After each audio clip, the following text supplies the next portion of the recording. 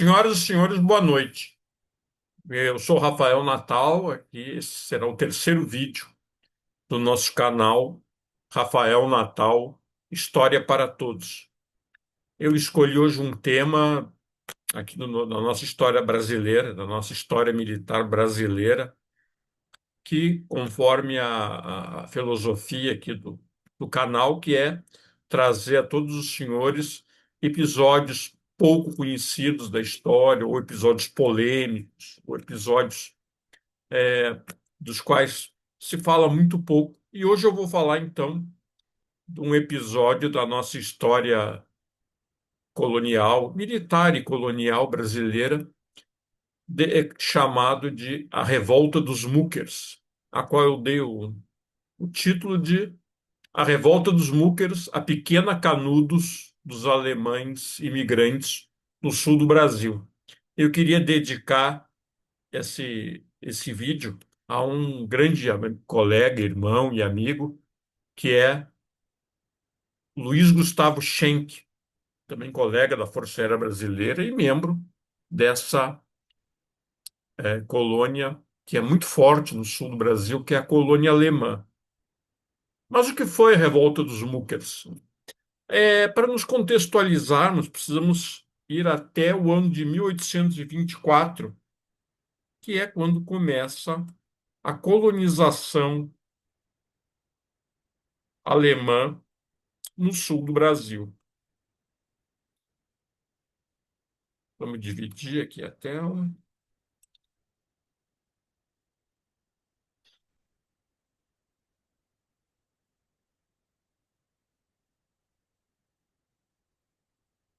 Então, senhoras e senhores, em 1824 começa a colonização alemã no Brasil. Dom Pedro I tratou de fazer alguma propaganda na Europa para que colonos alemães viessem para o Brasil. Então, no ano de 1824, chegam os primeiros colonos, aqui é uma concepção artística, né? Eles se fixaram no Rio Grande do Sul, na cidade de São Leopoldo, que faz parte da Grande Porto Alegre e se encontra no vale chamado Vale do Rio dos Sinos. Então, isso aí seria uma concepção artística dos primeiros colonos alemães chegando de barco até o local lá do Rio dos Sinos, onde eles foram inicialmente alojados, antes de receber as terras, né? E o local onde eles foram alojados ainda existe. Era uma antiga fábrica de velas e cordas de navios, tocada por escravos, chamada Real Feitoria do Linho Cânhamo, que foi desativada nesse ano de 1824. É esse prédio aqui, logicamente, ele já foi restaurado ao longo do tempo. Ficava na beira do Rio dos Sinos e deu início, então, à colonização e à formação dessa cidade. Hoje é uma cidade grande e próspera do Rio Grande do Sul, habitada principalmente por descendentes dos colonos alemães. Eles se espalharam, então,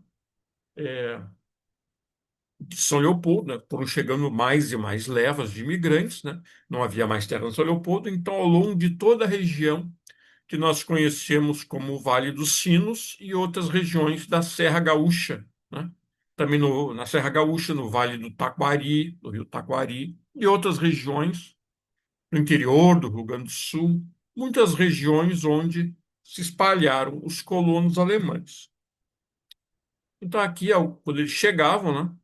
Tinham que construir uma, um lugar para morar, uma tapera, que eles estão construindo uma tapera, uma casa improvisada, onde plantariam as primeiras colônias e, em seguida, iriam, então, lavrar a terra, plantar coisas que brotassem rápido, né? Milho, criar frango também, porcos, etc., né? E se dedicar à agricultura. Alguns que já eram artesãos na Alemanha se dedicaram há vários tipos de artesanato, a marcenaria, a carpintaria, pequenas indústrias, né?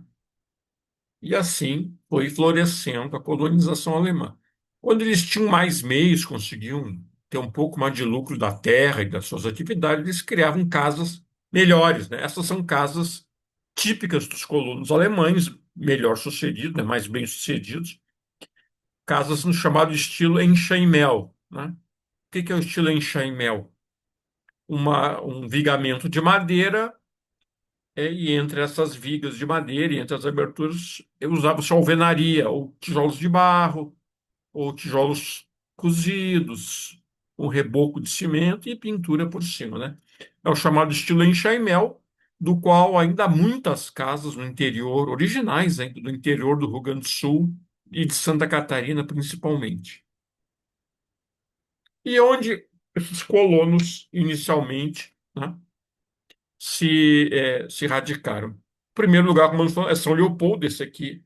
Aqui está Porto Alegre, né? Aqui está o Rio dos Sinos, que deságua no Lago Guaíba, em Porto Alegre. Então, aqui está a colônia de São Leopoldo. E com o passar do tempo, eles começaram a se espalhar. Portão, Estância Velha, outros lugares do Vale do Sul, Novo Hamburgo, que naquele tempo chamava-se Hamburgerberg, né? Montanha de Hamburgo, Campo Bom, Sapiranga, né? Que nós vamos ver depois, né? O que que é. Parobé, Taquari, Três Coroas, Gramado, aqui já é a Serra Gaúcha, não é mais o Vale do Sul, já é a Serra Gaúcha. Nova Hartz, Igrejinha, em diversas cidades ao longo do Vale do Rio dos Sinos e de outros rios que nós temos aqui. Foram até Lajeado também, que é Vale do Taquari, mas inicialmente eles estavam mais ou menos adstritos aqui ao Vale do Rio dos Sinos. E a nossa história vai acontecer aqui, onde é a atual cidade de Sapiranga, mas que naquele tempo se chamava Padre Eterno ou Leonerhof, Fazenda Leão, Leonerhof, e que hoje é Sapiranga, né? Era padre, a maioria das pessoas chamavam de Padre Eterno. E onde é que a maioria desses colonos alemães se instalaram? E surgiu a colônia do Padre Eterno. No sopé deste morro aqui, que chama-se Morro Ferrabras. Hoje é um morro bastante conhecido porque lá em cima tem uma rampa de asa delta, parapente, etc., né? Mas naquele tempo não havia nada disso, havia muita mata virgem, então nossos colonos se instalaram no sopé dessa montanha e deram origem à localidade chamada Padre Eterno, construíram suas casas, destruíam a mata nativa para fazer roças, né, plantações, e assim surgiu a comunidade do Padre Eterno, que hoje é Sapiranga. Bem, desculpem, por volta de 1840, nascem os dois principais participantes desse evento chamado Revolta dos Mucas. À esquerda, nós temos o agricultor e marceneiro e artífice João Jacob Maurer, família Maurer, nasceu na pequena localidade de São Hortêncio do Sul, e à direita, nascida em Hamburgerberg, que hoje é Novo Hamburgo, Jacobina Mendes, que por casamento tornou-se Jacobina Maurer Mendes. Jacobina Mendes era uma menina que, desde criança, tinha uma saúde bastante complicada, ela tinha ataques, né? Hoje nós poderíamos dizer que eram convulsões, talvez epiléticas, né? E tinha ataques do que hoje a gente chama de sonambulismo, né? Então ela era uma pessoa com uma saúde, digamos, frágil, né? Esses eventos é, levaram a que os familiares dela tivessem muita preocupação em relação a isso. Ela era pertencente à Igreja Luterana, né? João Jacob Maurer também. Esses colonos que vieram para o Rio Grande do Sul a partir de 1824, eles eram parte católicos, né? Os que vinham mais do sul da Alemanha, e os que vinham do norte da Alemanha eram todos eles luteranos. E Jacobina também era luterana. Uma coisa que tem que ser falada é que os avós dela vieram para o Brasil, em parte, fugindo de perseguições religiosas. Por quê? Na Alemanha, os avós dela criaram uma seita, uma ramificação da igreja luterana chamada os pietistas, E os pietistas eram a favor de uma revolução dentro do luteranismo que, digamos assim, esquecesse um pouco mais os lados formais da igreja e desse mais valor à fé individual, à oração individual. Então, ela já tinha uma certa formação que não era dentro do luteranismo tradicional, que era o que a maioria dos colonos alemães professava. Bem, eles se casam, né? E como não havia mais terras lá em Novo Hamburgo e nos outros lugares, eles vão para a região do Padre Eterno, no sopé do Morro Ferrabras, onde hoje é Sapiranga. Lá eles têm lotes, né? Começam a plantar. E João Jacob Maurer aprende com um curandeiro local sobre o uso de ervas medicinais, né? E começa a consultar a população. Não havia médicos, nada, como nós temos hoje, né? Uma coisa que tem que ser dita é que, por exemplo, São Leopoldo, em 1870, por volta de 1870, já era uma localidade, uma cidade, uma localidade próspera, né? Urbana, mas essas regiões mais remotas eram totalmente desassistidas, né? Do governo, das autoridades. Então, os colonos tinham que viver lá do jeito que eles pudessem, com os recursos que eles tinham, né? E nisso aí, a revolta dos Muncos é muito parecida com a revolta de Canudos, por isso que eu falei que é a pequena Canudos, um pouco parecida também com a revolta do Contestado e outras que nós tivemos no Brasil, né? E todas têm uma coisa em comum: populações desassistidas pelas autoridades e pela sociedade em geral, que é, tem que se desenvolver com os parcos recursos que eles tinham, ok? Uma coisa que também tem que ser dita é que não há certeza absoluta que essa foto seja de João Jacob Maurer e de Jacobina Mendes. É atribuída a eles, né?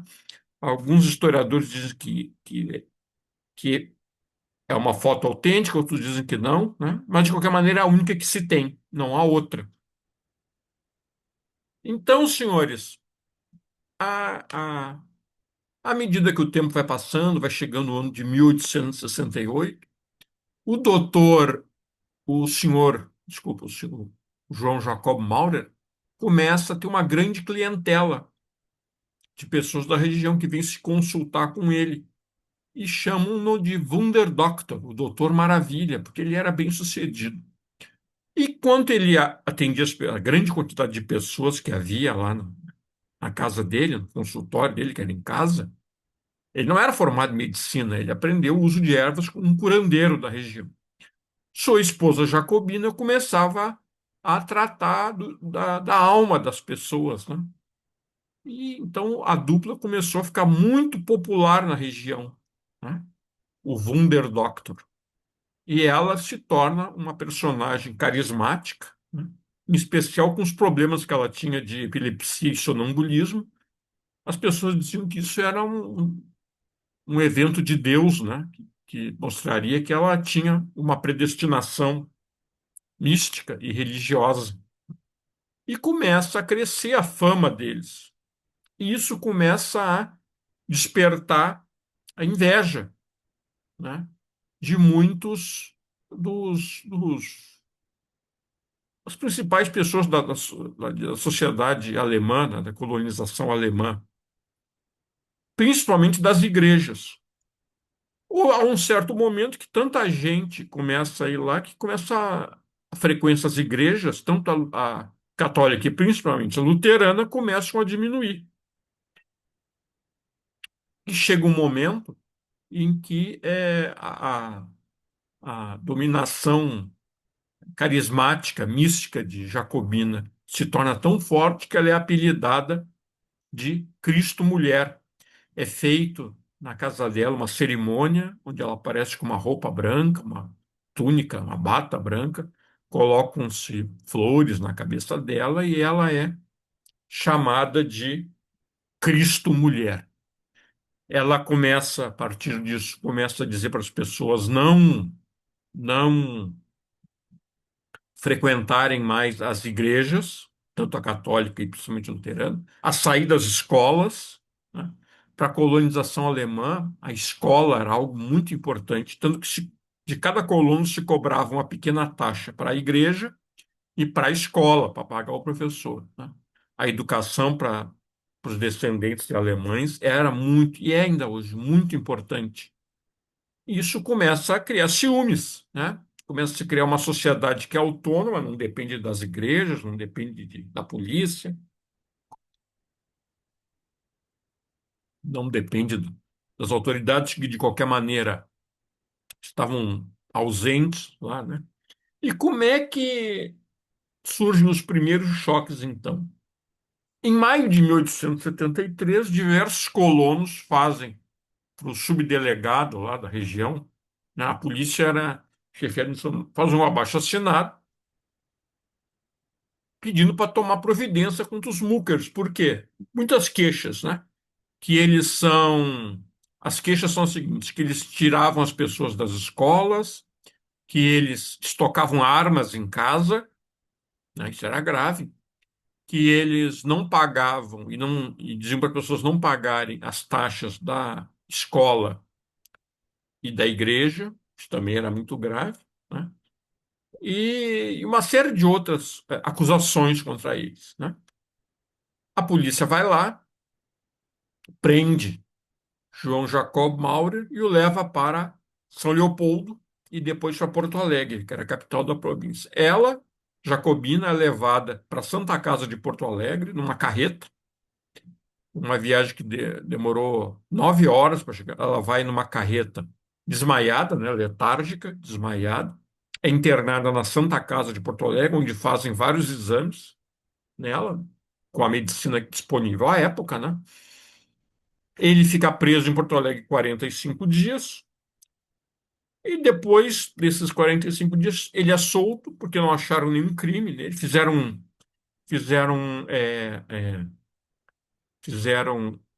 batidas da policiais na casa dele, acharam uma garrucha, né? E não acharam nenhum problema nela e eles são soltos, né?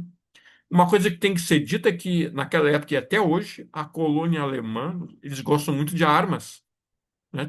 Nas cidades de colonização alemã, tem muitas sociedades de caça, pesca e tiro. Então era normal naquele tempo as pessoas terem armas, até para se defender de onças e outros animais que havia na mata, tinha muitas florestas nativas, né? Então era normal as pessoas terem armas. Ele foi acusado de estocar armas e munições, né?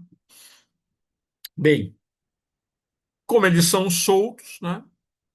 As autoridades não tomam nenhuma atitude contra eles, porque não havia atitude a tomar, não havia indício de crime.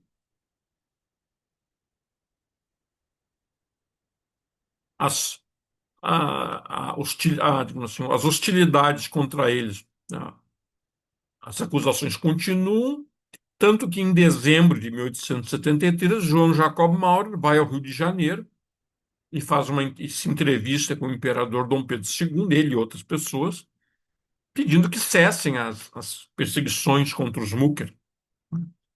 Dom Pedro II diz para ele que no Brasil nós temos liberdade de crença, etc. Ele volta, né? Mas a perseguição, a campanha contra os muckers continua.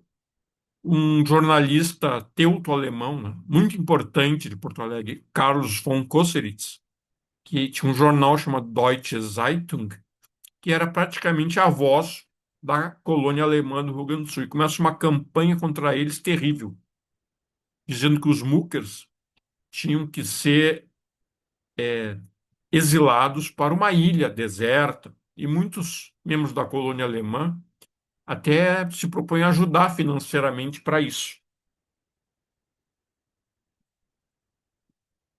As tensões continuam contra os mucas, né? E eles começam a construir, João Jacob Maurer e Jacobino, uma casa muito grande, né? Eles querem lá centralizar o culto, ter que seja uma igreja, que seja. Mas os detratores dizem que eles querem criar uma fortaleza para resistirem a ataques armados. É uma casa bem grande, reforçada, né? Apesar de ser de madeira, que era o material que havia em abundância na região. É, como a situação não melhora, só fica a mais tensa, a crise escala, eles resolvem chamar as pessoas que viviam na região para ir morar lá com eles, né? Abandonar suas terras, as suas famílias, suas casas e irem lá morar com eles, né? Ele chegou a ter mais de 100 membros da comunidade Mucker, né? Alguns autores dizem que poderia ser 500. O que quer dizer Mucker? É o apelido que a população deu a eles, né? Mucker em alemão, no dialeto Hunsrück, que era o dialeto da maioria não é o alemão puro, é um dialeto, quer dizer falso santo, santarrão, santinho do pau oco, né?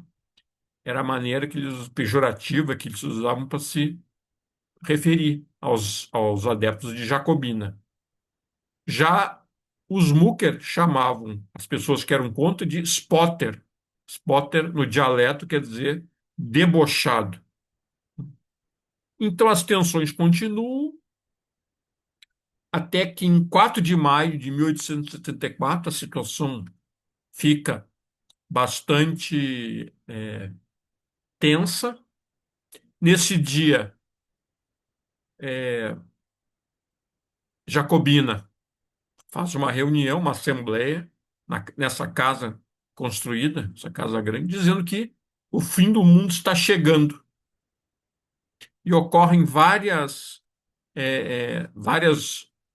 hostilidades, né, entre muckers e spotters, e Jacobina teria ordenado que 14 casas de oponentes dos mucker fossem incendiadas e seus moradores assassinados.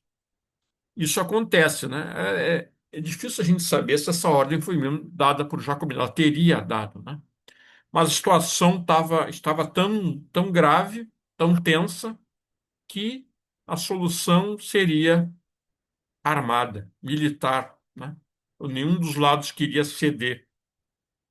Então, o que acontece? A situação se torna tão grave que a polícia da região pede o auxílio do governo provincial, em Porto Alegre. O governo provincial manda para Sapiranga um contingente do Exército, comandado pelo coronel Genuíno Sampaio, que tinha sido um herói da Guerra do Paraguai. No dia 25 e 26 de junho, então, o coronel Genuíno Sampaio, ou melhor, desculpe, dia 28 de junho de 1874, o coronel Genuíno Sampaio faz um ataque à Casa Forte dos Mucas, mas é rechaçado.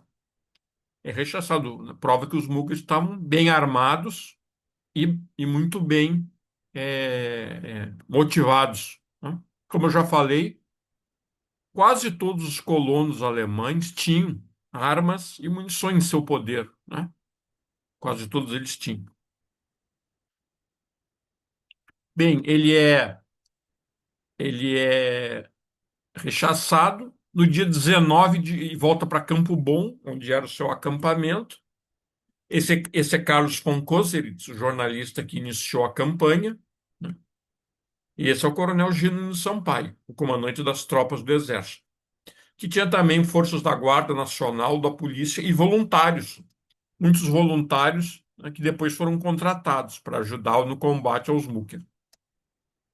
Então, esse aqui era o acampamento de Genuíno Sampaio, na localidade de Campo Bom, que é vizinha ao Padre Eterno, né, as barracas lá em cima. E aqui embaixo é o segundo combate aos Mucker, né? O primeiro combate aos Mucker ocorreu no dia 28 de junho, né, no qual o coronel Genuíno Sampaio foi rechaçado. Dia 19 de julho, ele faz um outro ataque e consegue incendiar a casa forte dos Mucker. A maioria dos Mucker foge.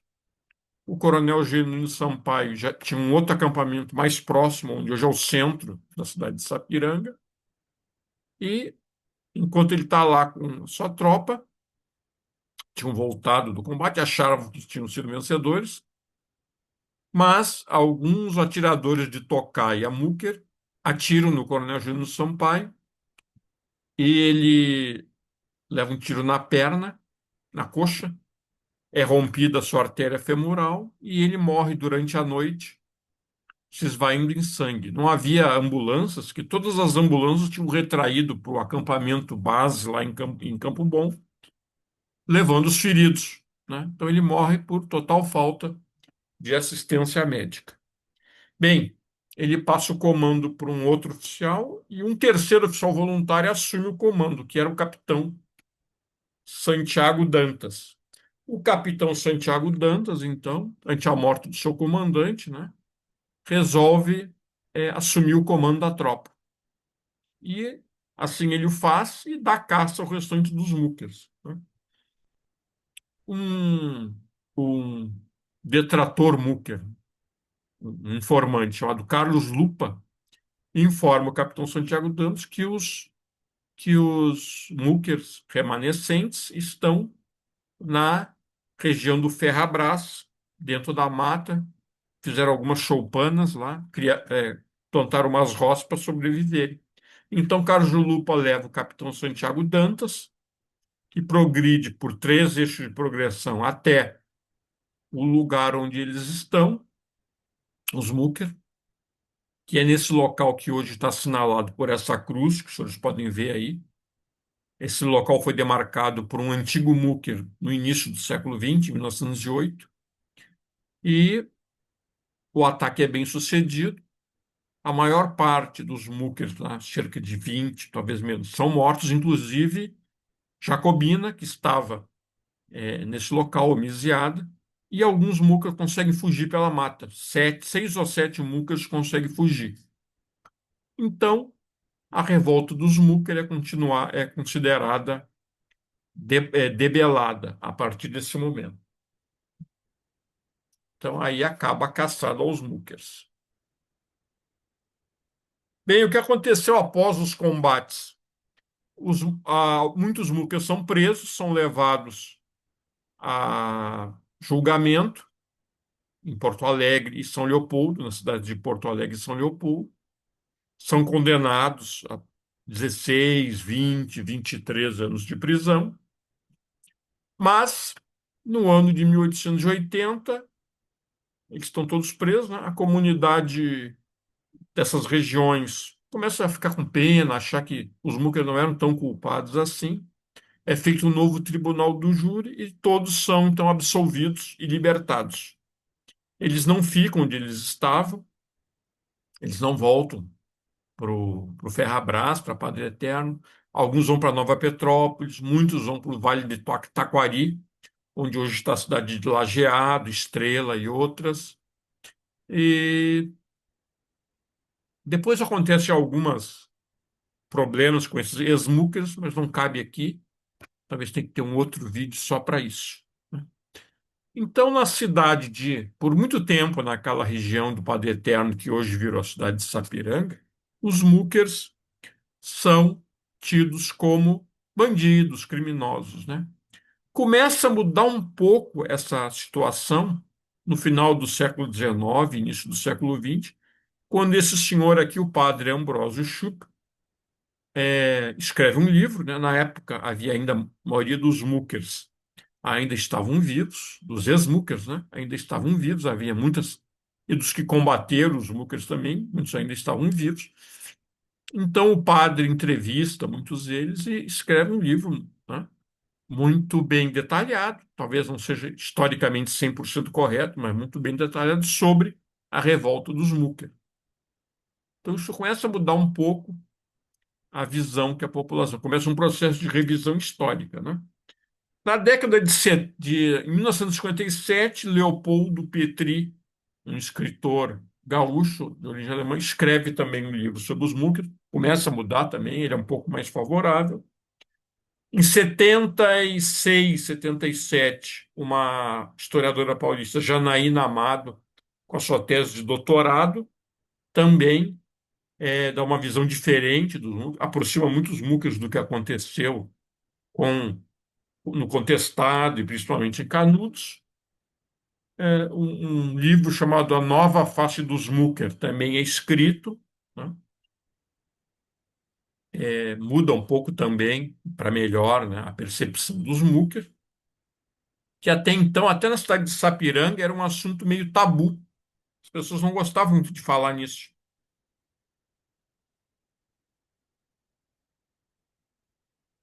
Em 78 é feito um filme teuto-alemão, numa coprodução brasileira e alemã, chamado Os Múquer, que tinha atores alemães. Eram dois diretores, um brasileiro e um alemão. Os atores eram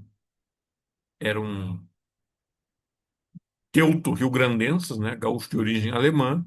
Havia atores alemães também e atores brasileiros. E quase todo o filme é falado no dialeto Hunsrückisch, que praticamente não existe mais da Alemanha, ele só é falado aqui no Brasil entre os descendentes de alemães. É um filme é, que tem uma repercussão muito grande. Inclusive, a atriz que faz a Jacobina, tem algumas cenas do filme, do Smoker. Essa aqui é a atriz que faz Jacobina, uma atriz gaúcha, falecida recentemente, e o nome dela é Marlise Sauersig. O filme é quase todo falado em alemão. Só a parte que tem brasileiros falando assim, digamos, é que é em português. O resto tudo em alemão no dialeto Hunsrüchisch. Por isso que a maioria dos atores eram da região da colônia alemã. Ela ganha o Kikito de melhor atriz, Marlise Sauersig. Mas realmente a grande revisão histórica, a grande mudança acerca dos Mucker ocorre quando, no ano de 1990, um escritor bastante famoso no Rio Grande do Sul, Luiz Antônio de Assis Brasil, lança o livro Videiras de Cristal, o romance dos Muckers. É um romance histórico, né? Parte ficção, parte realidade, e esse livro tem uma vendagem, né, muito grande do Brasil inteiro. E aí começa a mudar, então, a percepção das pessoas, dos Mucker, né, de bandidos, começa a virar heróis. E em 2002, esse livro é transformado num filme com atores globais, né, chamado A Paixão de Jacobina. Então, Jacobina é interpretada pela atriz Letícia Spiller e é, o Tiago Lacerda interpreta Rodolfo Sem, que é uma pessoa que era um grande protetor de Jacobina. Dizem que talvez tenha sido seu amante, né?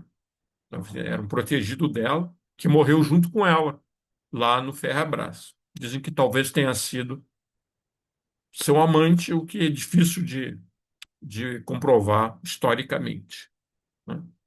Mas na cidade de Sapiranga, que outrora não se podia muito falar para os mulheres,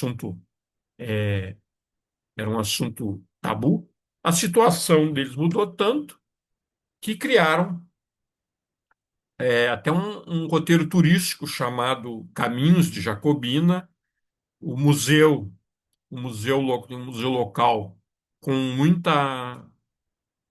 muita coisa sobre Jacobina. Lá atrás, nessa foto, vocês podem ver o Morro Ferrabras, aqui um cemitério perto do Morro Ferrabras. E esse tipo obelisco aqui é uma sepultura de quatro homens que lutaram contra os Mucker.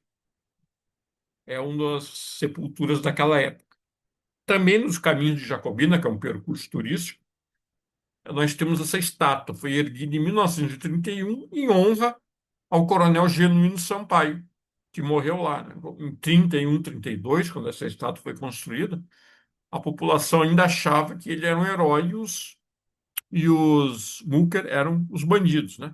Essa estátua foi construída no local onde outrora se ergueu a Casa Forte dos Mucker, que foi incendiada por ele, né? É uma estátua antiga que já foi vandalizada, muitas vezes volta e meia o poder vai lá e reforma, né? A estátua, pinta, etc. Outro local dos caminhos de Jacobina é o local onde ela foi morta, junto com os últimos combatentes Múquer. E essa local, como eu já falei, foi sinalizado no início do século XX por um antigo Múquer. E agora temos lá essa cruz que simboliza o local. Segundo o padre Ambrósio Schupp, os Jacobina e os demais Múquer que morreram nesse local, talvez 20, um pouco menos, foram enterrados em duas valas comuns nessa área aqui, mas não se sabe exatamente o local. Outro local do Caminho de Jacobina é uma das praças da cidade, que dá acesso à cidade, onde foi construída uma estátua em homenagem a ela, né? Passou a ser uma figura cultuada e respeitada pela população, que inclusive é, artistas locais pintaram várias é, representações dela, né? Como acham que ela tenha sido. Não há uma certeza absoluta. Como eu já falei, a única foto que pode ser dela é discutida, né? É polêmica, se realmente é dela ou não. E os senhores podem ver que ela é pintada aqui com rosas, né? É uma fusão da imagem dela com a cidade de Sapiranga. A cidade de Sapiranga é famosa pelo seu cultivo de rosas, é um símbolo da cidade. E também aproveito, né? Até a fama de Jacobina para criar-se eventos, né? Dia 2 de julho, inscrições, treino de inverno, corridas, né? Corrida, caminho de Jacobina, etc. E isso mostra que ela é agora uma figura cultuada e respeitada na cidade de Sapiranga. No local, em 2009, no local onde outrora se erguia a Casa dos Múquer, foi feito um monumento, ali que vocês podem ver à direita, que é a reconciliação entre os Múquer e a comunidade de Sapiranga. Esse monumento foi construído, né? Diversos descendentes estavam lá no local, então foi feito de maneira simbólica a reconciliação entre descendentes dos Múquer e descendentes dos demais habitantes de Sapiranga. Infelizmente, esse monumento aí já foi vandalizado algumas vezes, né?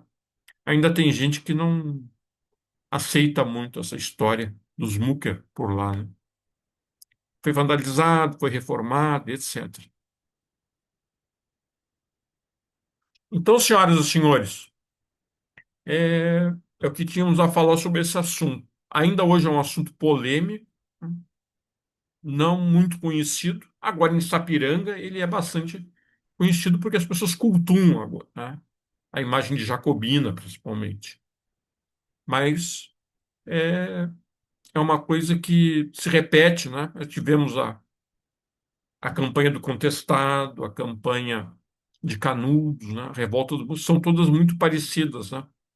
Uma comunidade religiosa que é hostilizada pela sociedade, né? Que não a amparava no que ela necessitava, mas que na hora de hostilizá-la souberam usar os meios, né? Os meios do Estado. O Estado só apareceu lá para puni-los, né? Mas nunca para ajudar, para, para dar uma força para a comunidade. Então, senhoras e senhores, agradeço a atenção dos senhores, a paciência, e semana que vem teremos outro episódio. Como eu quero pedir que os senhores coloquem, deem o seu like, se inscrevam no vídeo, cliquem o sininho. Por enquanto ainda não é possível se tornar membro do canal, mas futuramente será possível, tá? Isso ajuda muito o canal, o like dos senhores, a inscrição, a compartilhar com quem quiser, com todo mundo, compartilhe com todos os amigos, parentes, né? Essa história que é muito importante dentro do Rio Grande do Sul, porque a colônia alemã junto com a colônia italiana, são as mais importantes no Rio Grande do Sul e no sul do Brasil. E boa parte da nossa população hoje é descendente de desses colonos, desses imigrantes alemães, que tornaram muitas regiões do país, desculpe, do estado, muito prósperas, né? Muitas indústrias foram criadas, artesanato, a própria agricultura, né? Então, o Rio Grande do Sul deve muito à colonização alemã. Infelizmente, houve esse episódio aí dos Mucker, é, que faz parte do que aconteceu, né? Não houve outros episódios desse tipo no Rio Grande do Sul, mas, é, mais uma vez, eu quero dedicar este episódio ao meu grande amigo Schenck, né? Que é um dos representantes da nossa colonização alemã do Rio Grande do Sul, lá da região de Taquari, né, no Vale do Taquari, onde há uma colônia também muito importante alemã. Schenck, se você estiver ouvindo aí, um grande abraço, tá ok? Eu fiz esse episódio que eu me lembrei de você, da importância da nossa colônia alemã. E, senhores, muito obrigado pela audiência. Até o próximo vídeo. E outra coisa, nos comentários, deem sugestões de eventos da nossa história que os senhores gostariam que eu falasse. Em especial, como eu já falei, aqueles que são pouco conhecidos, que são polêmicos, aqueles que dividem opiniões, né? Aqueles que não há, às vezes, uma documentação mais incisiva. Esse é um problema dos MOOCs, a insuficiência de documentação. Então, senhores, boa tarde, boa noite a todos, é noite agora. Um grande abraço do Rafael Natal e da História para Todos.